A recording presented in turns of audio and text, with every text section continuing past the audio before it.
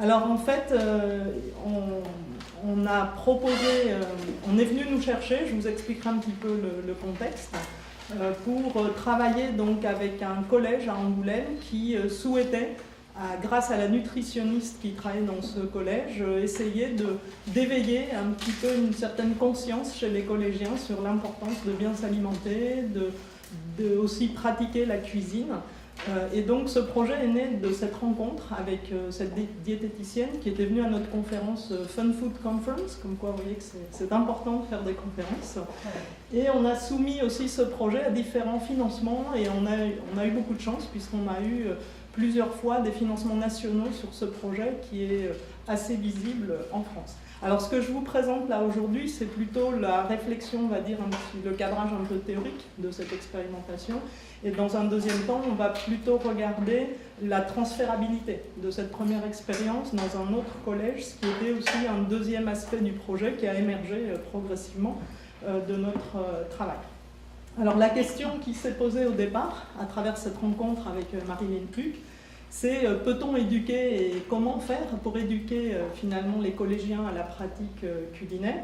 Donc on a constaté en travaillant avec Jean-Pierre Corbeau sur le programme Ludo Aliment que ce qui avait été fait en termes d'éducation alimentaire et en particulier nutritionnelle avait pâti de plusieurs dérives. Souvent les repères du PNNS sont simplifiés parce que ce ne sont pas des nutritionnistes qui font cette éducation, ce sont des profs des écoles, comme on dit chez nous. Et puis donc ces profs, ils ont tout à faire au collège, ils ont plein de choses à faire et il manque de temps pour le faire bien. Il manque de temps aussi pour introduire la notion de diète. C'est-à-dire que ce n'est pas chaque aliment, école primaire en particulier, ce n'est pas chaque aliment qui pose problème, puisqu'il y avait des excès, des aliments feux rouges, alors il ne fallait plus manger de bananes, plus de... Bon, non, c'est la diète d'ensemble qu'il faut parvenir à équilibrer, et ça prend plus de temps quand même de l'expliquer à des jeunes. Alors ça, c'était le premier constat.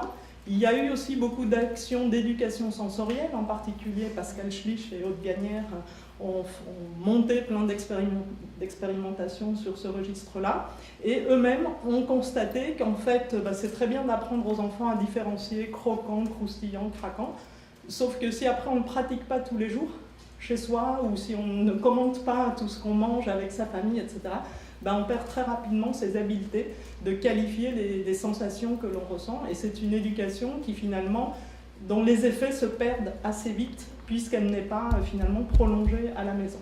Donc dans ce cadre-là, on s'est posé ces questions-là. Ces apprentissages scolaires, c'est bien de les faire, mais s'ils ne sont pas réinvestis dans la vie ordinaire des enfants ou des jeunes, dans leur sociabilité, s'ils n'ont pas de sens, on peut savoir qu'un aliment est composé de lipides, glucides, etc., protéines, mais si ça ne sert à rien pour choisir son goûter ou l'échanger ou sa lunchbox avec les copains, c'est un peu dommage. Donc on a essayé de se dire il y a peut-être une autre voie à construire. Donc là, ce qu'on voulait faire, mais je vais passer très vite sur le préambule, contrairement à Jean-Pierre, puisqu'en fait, ce qu'on voulait montrer, c'est que les pratiques culinaires des adolescents restent un objet de recherche finalement assez peu étudié, et qu'en sociologie de l'alimentation, on recourt plutôt à des souvenirs de jeunes adultes, comment ils faisaient, etc., plutôt qu'à des observations ou à être en direct finalement avec le jeune. Donc je vais aller très très vite parce que vous connaissez tout ça. Bon voilà, donc l'idée c'est de suivre cette pratique ordinaire, de pouvoir l'observer, de resituer la pratique culinaire. Alors ça c'est un choix que nous on fait, qui est peut-être contestable, dans une activité de consommation. Pour nous, cuisiner, ça veut dire consommer, mais au sens évidemment de Michel de Certeau, c'est-à-dire c'est aussi une production secondaire à travers laquelle, même si on est dominé par un système, etc., on peut trouver des petits interstices, des petites tactiques pour essayer de retrouver des formes de créativité et sortir des routines. L'adolescent, comme le montre bien Garabo Moussaï dans son livre, il n'est ni complètement libre ni complètement manipulé, il est enfermé dans des dispositifs, donc ça correspond bien, je trouve, à la description aussi de Michel de Certeau. Il a des marges de manœuvre, mais encore faut-il qu'il en prenne conscience et qu'il puisse effectivement les exploiter. Donc comment aborder, ça c'était vraiment ce qu'on a proposé au collège, les arts de faire culinaires, c'est-à-dire d'introduire non pas simplement des cours de cuisine, mais vraiment des arts de faire au sens de Certeau, en lien avec la pratique culinaire, c'est-à-dire donner envie aussi aux collégiens de décrypter cet environnement marchand qui leur est imposé, cette industrie alimentaire finalement qui leur est proposée pour retrouver le plaisir d'une pratique alors déviante peut-être, en tout cas d'essayer d'introduire un petit peu de recul par rapport à ça. Et donc, est-ce qu'effectivement, entrer par la pratique culinaire, est-ce que ça peut permettre peut-être de commencer à introduire, placer le jeune dans un processus d'autonomisation? Alors, je rappelle que nous, dans notre centre, on ne parle pas tellement d'autonomie du consommateur, mais du jeune consommateur, on parle beaucoup plus d'autonomisation, donc c'est une autonomie dans la relation. C'est Axel Honneth, c'est un philosophe qui explique très bien ça. L'autonomie, soit c'est l'indépendance, le consommateur est indépendant et puis on oublie un peu tout le social autour de lui, soit il est en voie d'autonomisation. Et effectivement, ça veut dire qu'il est pris dans une relation avec un autrui. Alors là, évidemment, ça va être le parent, mais ça va être l'école. Donc il va être dans un système plus complexe d'un point de vue social qui va lui permettre petit à petit de gagner en autonomie, mais toujours dans une relation. Donc nous, on reste un petit peu scotché à cette notion d'un point de vue théorique. Bon voilà, je vais passer très vite, voilà. Il faut se rappeler qu'il y a une diversité adolescente, comme nous le rappelle Nicoletta Diasio, ne pas essayer de construire un adolescent archétypal, je dirais, non. Il y a plein de situations, vous l'avez très bien rappelé, les contextes, les familles, ils vivent des vies très différentes. Au collège, on les a là, mais leurs vies peut-être sont extrêmement différentes les unes des autres. Et puis effectivement, les pratiques alimentaires des adolescents, elles sont bien co-construites avec d'autres, avec cet autrui. Donc c'est la famille, mais c'est aussi les pères, mais c'est aussi la cantine. Donc il faut essayer de prendre tout ça en compte pour comprendre finalement quelle représentation ils peuvent avoir de certains aliments, de certains aussi d'un point de vue symbolique ou imaginaire, ce qu'ils réinvestissent dans ces aliments. Alors très rapidement, on rappelle aussi la thèse d'Aurélie Maurice, qui est venue dans notre centre aussi, et qui montre comment les adolescents sont pris aussi dans ces discours de responsabilisation ou de société du risque. On vit dans une société de crise sanitaire et tout, donc finalement on doit éduquer les adolescents aussi pour leur permettre d'auto-gérer leur santé à long terme et de prendre les bonnes décisions. Bon. Alors nous on est beaucoup plus, on va dire, corbosien dans notre approche, je ne sais pas, mais on trouve que... voilà. On aime bien cette expression d'un rapport jubilatoire à l'alimentation. C'est-à-dire qu'on sait bien qu'on est dans cette pression, tout ce contexte, mais ce qu'il faut peut-être essayer de retrouver, c'est justement une joie de produire, une joie de faire, une joie de découvrir les façons dont les produits sont faits, mais aussi ce qu'on peut en faire, et puis de partager. Donc on s'inscrit plus d'un peu dans cette philosophie, on va dire, que Jean-Pierre a très bien exprimée. Alors le projet lui-même, Art de faire culinaire au collège, donc c'est une demande sociale du collège. Vous verrez une petite vidéo dans la deuxième présentation. On a eu beaucoup de chance, on a une principale de collège, Madame Cuisinier, qui avait un nom prédestiné, très dynamique, qui a voulu vraiment fédérer son équipe pédagogique autour de ce projet. Et elle a très bien su manager, donc là on voit bien qu'il y a des compétences managériales très fortes à avoir pour mobiliser la prof de sciences et vie de la Terre, biologie on va dire, la prof de français, la prof d'art plastique, la prof d'histoire, enfin voilà, toute une équipe s'est construite, elle a su animer cette équipe, mais elle a su aussi aller chercher des budgets complémentaires pour permettre à cette équipe de travailler, et petit à petit, donc le projet a pris forme. Alors, l'idée, c'était de répondre à des objectifs aussi qui sont inscrits dans les programmes scolaires en France, et en particulier le 7e pilier du socle commun de connaissances et de compétences, avec l'objectif, là aussi, de rendre autonome, parce que c'est tout l'enjeu du collège, rendre autonome, donc autonomiser, nous, dans notre vocabulaire, le collégien, et avec ce paradoxe qu'a mis en lumière donc, Rab en 2016, qui dit, oui, c'est très bien d'avoir introduit ça dans les programmes scolaires, mais aide-moi à le faire tout seul, c'est bien ça, effectivement, l'autonomisation progressive. C'est quand même un paradoxe qu'on impose à l'enfant. On va lui donner les moyens, mais dans un cadre quand même très contraint et très... Bon voilà, donc les principes que l'on a retenus pour cette expérience, c'est effectivement d'organiser dans toute une série d'enseignements différents types d'expériences, alors cognitives, il va falloir effectivement savoir ce que ça veut dire qu'il y a tant de grammes de sel ou de sodium, savoir lire les ingrédients, etc. Effectivement, créer des occasions de rencontre avec les familles, puisqu'on le verra aussi dans la deuxième présentation, c'était un des objectifs du collège, en zone prioritaire d'éducation, avec des familles qui ont un parcours migratoire important. Et donc un certain nombre d'outils de médiation qui sont là devant, pour certains, ont été élaborés comme des carnets de bord. C'est-à-dire que chaque fois qu'une activité était faite au collège, le compte-rendu était fait à travers le carnet de bord à la famille. Et quand des préparations étaient faites au collège, on va le voir aussi dans une cuisine pédagogique, et ensuite une cuisine centrale, effectivement, les enfants rapportaient la préparation à la maison, les parents goûtaient, et évidemment après, l'idée c'était que les parents prennent en photo ce qui s'était passé à la maison, rapportent ça au collège, que l'enfant peut-être recrée la recette pour plus de convives, donc il joue avec les proportions, enfin voilà, il y a plein de choses qui ont été faites, des ateliers soupes. Tout le monde sait en gros faire une soupe, mais une soupe mahoraise, c'est peut-être pas tout à fait une soupe comme des soupes en goumoisine, on va dire. Et donc tout le monde a des compétences culinaires, quelque part. Et l'idée, c'était aussi de valoriser ces familles en faisant en sorte qu'elles puissent venir au collège, non pas uniquement pour des sessions de conseils disciplinaires, de choses sympathiques comme ça, mais qu'elles puissent, à des moments, s'approprier cet espace du collège comme un espace coéducatif, et qu'elles puissent valoriser leur culture, leur savoir-faire auprès de l'ensemble de la communauté éducative. Alors très rapidement, donc voilà comment ça s'est passé. Donc un constat dressé par le proviseur de ce lycée, de ce collège, pardon. Donc difficulté d'associer les familles, désintérêt des collégiens pour la restauration scolaire, avec tous ces discours qu'on connaissait, c'est dégueulasse, machin, etc. Une recherche intervention donc longitudinale qui est décidée. On va accompagner le projet pendant 3 ans, de la 5e à la 3e. Ce projet comprend une trentaine d'actions, dont des ateliers cuisine, mais pas uniquement.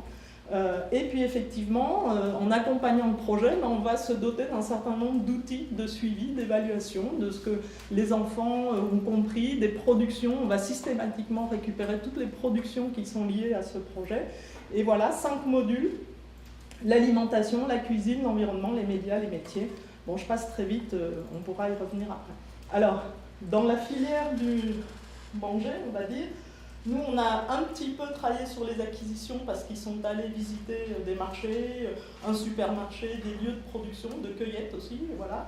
Mais on n'a pas du tout traité le stockage. On est vraiment resté beaucoup sur la préparation avec des ateliers de cuisine.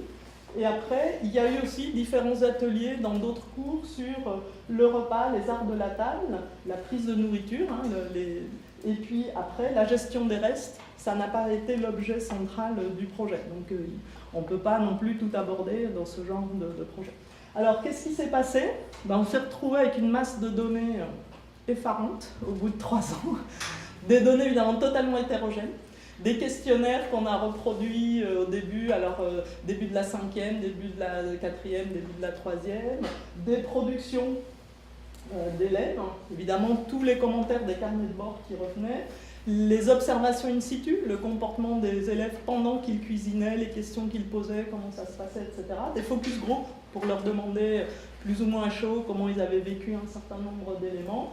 Et toutes les vidéos, photos, dessins, ils ont créé des emballages aussi pour comprendre l'importance de la communication publicitaire et le rôle du packaging dans cette communication. Et à la fin, tout à fait à la fin, on a fait 10 récits, on a créé 10 scénarios qui en fait ont placé les étudiants en temps limité dans des situations qu'on a évoquées aussi tout au long de ces 2 jours. Par exemple, tu es chez toi tout seul, tes parents t'ont laissé un mot, tu rentres chez toi, ils sont partis, ils ont été invités par des amis, voilà ce qu'il y a dans le frigo, voilà qu'est-ce que tu fais. Prépare un repas et qu'est-ce que tu vas faire. Donc on a par exemple aussi, il faut préparer un cocktail pour 30 personnes, mais là, là il a aussi toute une liste d'ingrédients, qu'est-ce qu'il fait, comment il s'organise, et il doit décrire toutes les tâches qu'il doit faire pour arriver à maîtriser sa recette, etc., etc. Donc c'est de cette manière-là qu'on a essayé d'évaluer à la fin, finalement, un grand nombre d'acquis du projet et de voir s'ils étaient capables de les reformuler en créant une petite situation expérimentale où ils devaient conseiller un jeune collégien qui arrivait et qui prenait le projet en cours de route. Donc c'est d'aider l'autre à faire face à cette situation. Je dois préparer un cocktail pour 30 personnes, comment je m'y prends? J'espère que je vais finir. Donc les pratiques culinaires, on a décidé, pour réduire évidemment cette masse de données énorme, de travailler sur ce processus de transformation. Donc vous voyez, on a la petite chenille et puis il faut qu'elle devienne papillon. Donc en fait, on a essayé de dresser des portraits en utilisant un certain nombre de techniques qui sont connues en sociologie. C'est des études de cas. En fait, là, elles vont être... On a finalement l'ensemble du matériau pour une vingtaine d'enfants, d'accord, du début à la fin, parce qu'il y en a qui partent aussi au milieu, tout ça. Et finalement, sur une vingtaine d'enfants, on a l'ensemble des matériaux. Ils ont participé au focus group, enfin voilà, on a à peu près tout. Donc on va essayer de construire des portraits qui montrent un parcours cheminatoire au sens de Michel de Certeau, c'est-à-dire comment ils se sont appropriés ce dispositif, comment ils y ont trouvé un intérêt ou pas, parce que ça peut aussi être révélateur. Alors voilà, on a essayé de réduire cette masse de données énorme, et donc l'idée, c'est que ce parcours cheminatoire en matière de pratiques culinaires, ça va retraduire à titre singulier pour chacun de ces enfants les techniques, les émotions, les sensations qu'il a pu finalement accumuler tout au long de ces pratiques culinaires, de leur contexte, et effectivement voir ce qu'il en a retenu. Alors, pour interpréter tout ça, on s'est appuyé donc là aussi sur le travail d'Isabelle Garabio-Moussaoui, qui est de dire, en fait, il y a une montée en compétences culinaires. L'enfant, au départ, il picore, d'accord? Donc, il ne prépare rien en réalité. Après, il apprend à réchauffer. Donc, les aliments sont déjà transformés dans sa pratique à la maison. Il sait mettre quelque chose, au moins dans le four au micro-ondes, etc. Ensuite, il va pouvoir associer des aliments sans vraiment qu'il y ait de cuisson. Il peut faire des toasts, il peut faire plein de choses différentes, des salades. Et puis, petit à petit, il va aller jusqu'à maîtriser la cuisson. Et dans la cuisson, il y a plein de degrés de compétences aussi. Entre faire une compote et puis faire un plat au four long, un poulet ou une volaille, ce n'est pas tout à fait la même compétence du point de vue des cuisiniers. Et donc, voilà, il y a toute... Donc, on a repris cette grille pour montrer aussi qu'en fait, la montée en compétences au cours des ateliers de cuisine, c'est bien fait. Et puis que ça va, effectivement, tout le débat, tout le dialogue qu'il va y avoir et toutes les autres activités autour de ces ateliers de cuisine, donc tout ce projet qui a diffusé dans plein d'autres matières, ça va finalement aider l'enfant à une forme de réflexivité sur ses pratiques, sur ce qu'il aime, sur les sensations qu'il découvre, les goûts qu'il préfère, et puis, etc. Donc, alors la conclusion générale, ça ne vous étonnera pas, c'est qu'évidemment on nous demande comment on nous a financé. Vous avez dit quel est l'impact de l'éducation? Et l'impact, si je vais faire une réponse de Normande, il est très variable. Voilà, donc ils vont peut-être pas du tout aimer au Fonds français alimentation santé. Mais pourquoi? Parce qu'en fait, le dispositif qu'on a imaginé à travers tous ces outils de médiation, la lunchbox, les carnets de bord, l'accueil des familles au collège, etc., il a essayé de créer ce lien entre ce qui se passe au collège et ce qui se passe dans les familles.